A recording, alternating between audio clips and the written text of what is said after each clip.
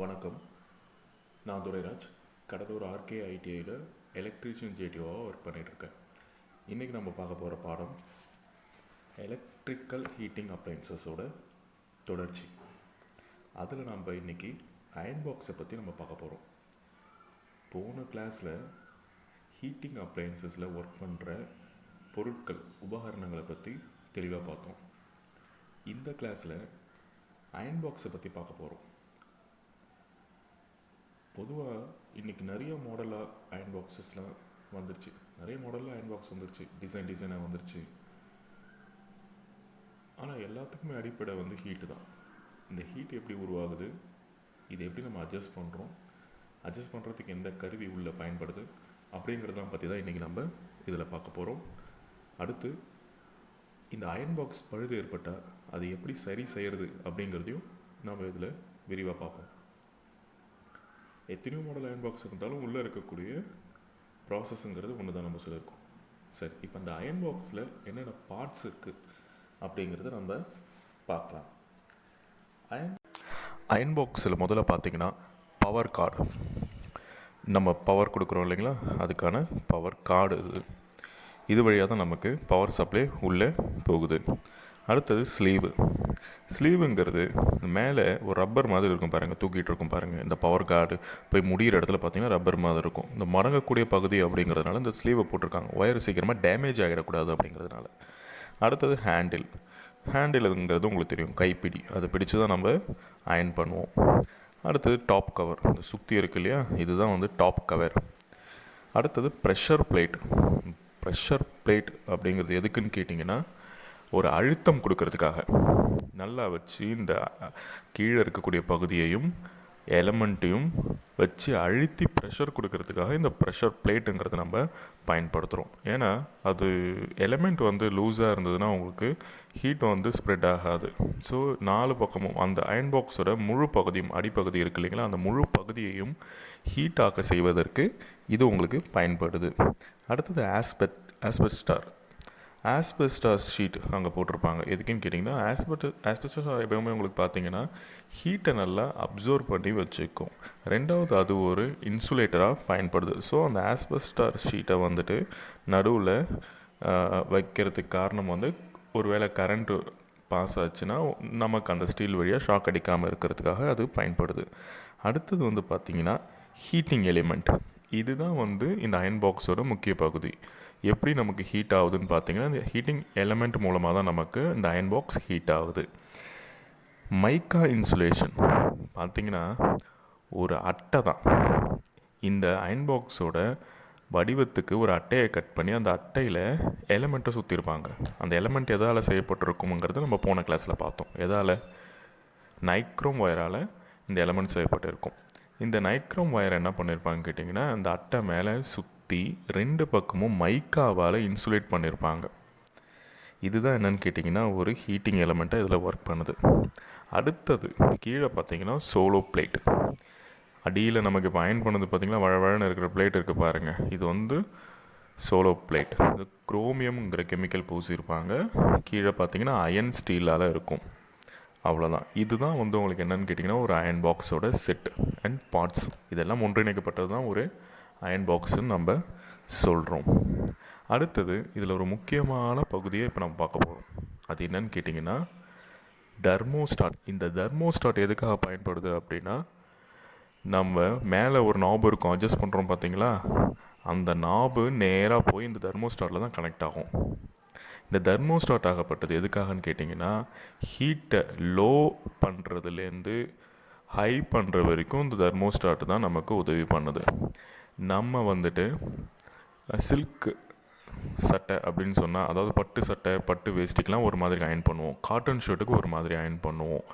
அந்த மாதிரி பல வகையான மெட்டீரியல் கொண்ட கிளாத்தை நம்ம அயன் பண்ணும்போது இந்த தெர்மோஸ்டாட் தான் நமக்கு அதுக்கேற்ற மாதிரியான சூட்டை இந்த அயன் பாக்ஸ் மூலமாக நமக்கு கொடுத்து உதவுது. ஸோ அதுக்கு தான் இந்த தெர்மோஸ்டாட் பயன்படுது. மேலும் நம்ம ஆன் பண்ண உடனே நமக்கு தேவையான குறிப்பிட்ட அளவுக்கான சூடு ஆன பிறகு அந்த சூட்டை நிறுத்துவதற்காகவும் இந்த தெர்மோஸ்டாட் பயன்படுது.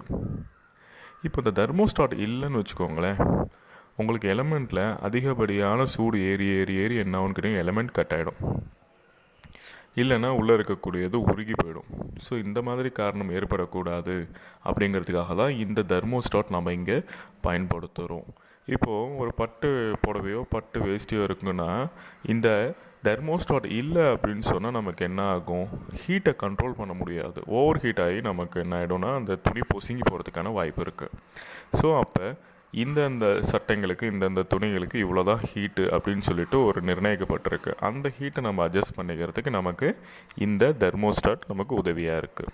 ஸோ இதுதான் இந்த தெர்மோஸ்டாட்டோட வேலை. சரி, இப்போ இந்த தெர்மோஸ்டாட் எப்படி ஒர்க் பண்ணுது அப்படிங்கிறத பார்ப்போம். இப்போ இந்த தெர்மோஸ்டாட்டை பார்த்தீங்கன்னா இந்த பேஸ்மெண்ட் இருக்குது இல்லைங்களா, அந்த கீழே அயன் பாக்ஸில் இதில் தான் நம்ம பொருத்திருப்போம். இந்த அயன் பாக்ஸில் ஒரு ஸ்டீல் மாதிரி வருது பாருங்கள், நீட்டிகிட்டு இருக்கு இல்லையா, இதுதான் வந்து பை மெட்டாலிக் ஸ்டீல். இதோட தன்மை என்னன்னு கேட்டிங்கன்னா ஹீட் அதிகமாச்சுன்னா வளைஞ்சு கொடுக்குற தன்மை, இதோட நேச்சரே இதுதான்.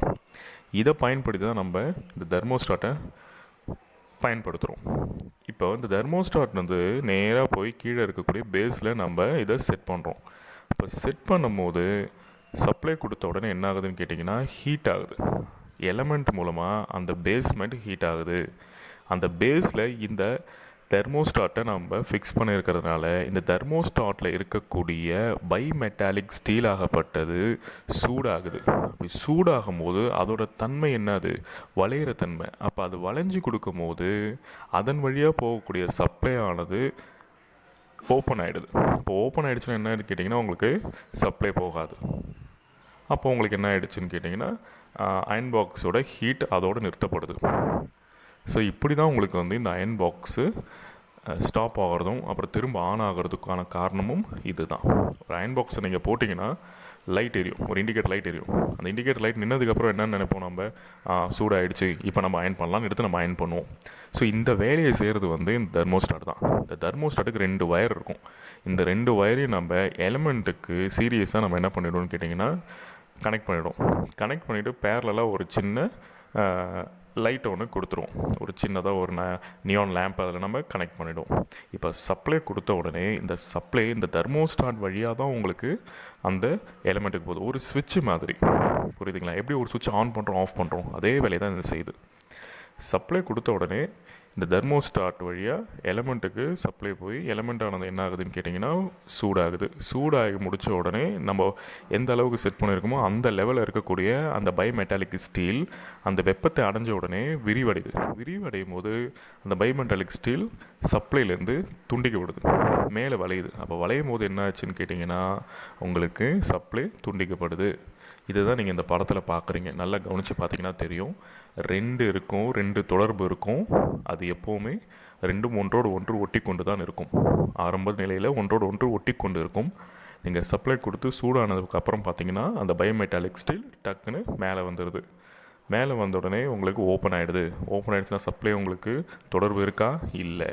எப்படி 2 ஒயரை நம்ம டச் பண்ணால் ஒரு பல்ப் எரியும், எடுத்தால் பல்பு எரியாதோ, அதே மாதிரி ப்ராசஸாக இதில் நடக்குது. இதில் ஒரு சேஃப்டி டிவைஸ் இருக்குது. என்னன்னு கேட்டிங்கன்னா இப்போ இங்கே நீங்கள் பார்த்துட்டு இருக்கிற காண்டாக்ட் மாதிரியே சைடில் ஒரு காண்டாக்ட், அது எப்போவுமே க்ளோஸில் இருக்கும், தொட்டுக்கிட்டே இருக்கும் எப்போவுமே. அது கீழே பார்த்தீங்கன்னா ஒரு ஸ்ப்ரிங்கு மாதிரி கொடுத்து ஒரு சின்னதாக உருகு நிலை கொண்ட ஒரு பொருளை அதில் வச்சுருப்பாங்க.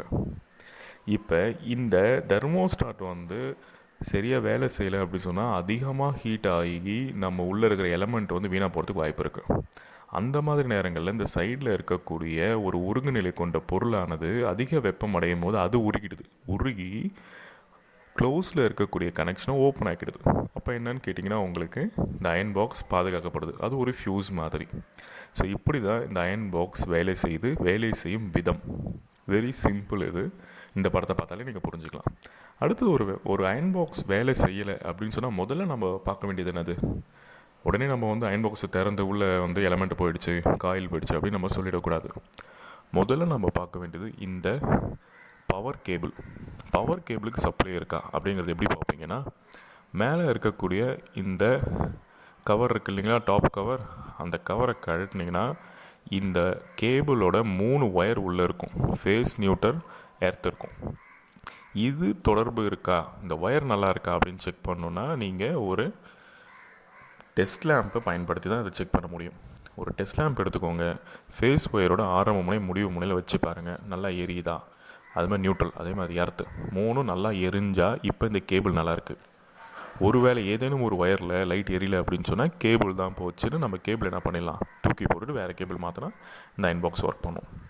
அடுத்தபடியாக நம்ம பார்க்க வேண்டியது உள்ள எலமெண்ட். இந்த எலமெண்ட்டோட ஆரம்ப முனையிலும் முடிவு முனையிலும் நீங்கள் லைட்டை வச்சு பார்த்தீங்கன்னா எரிஞ்சுது அப்படின்னு சொன்னால் நல்லாயிருக்கு. எரியல அப்படின்னு சொன்னால் இந்த எலமெண்ட்டு போயிடுச்சுன்னு அர்த்தம்.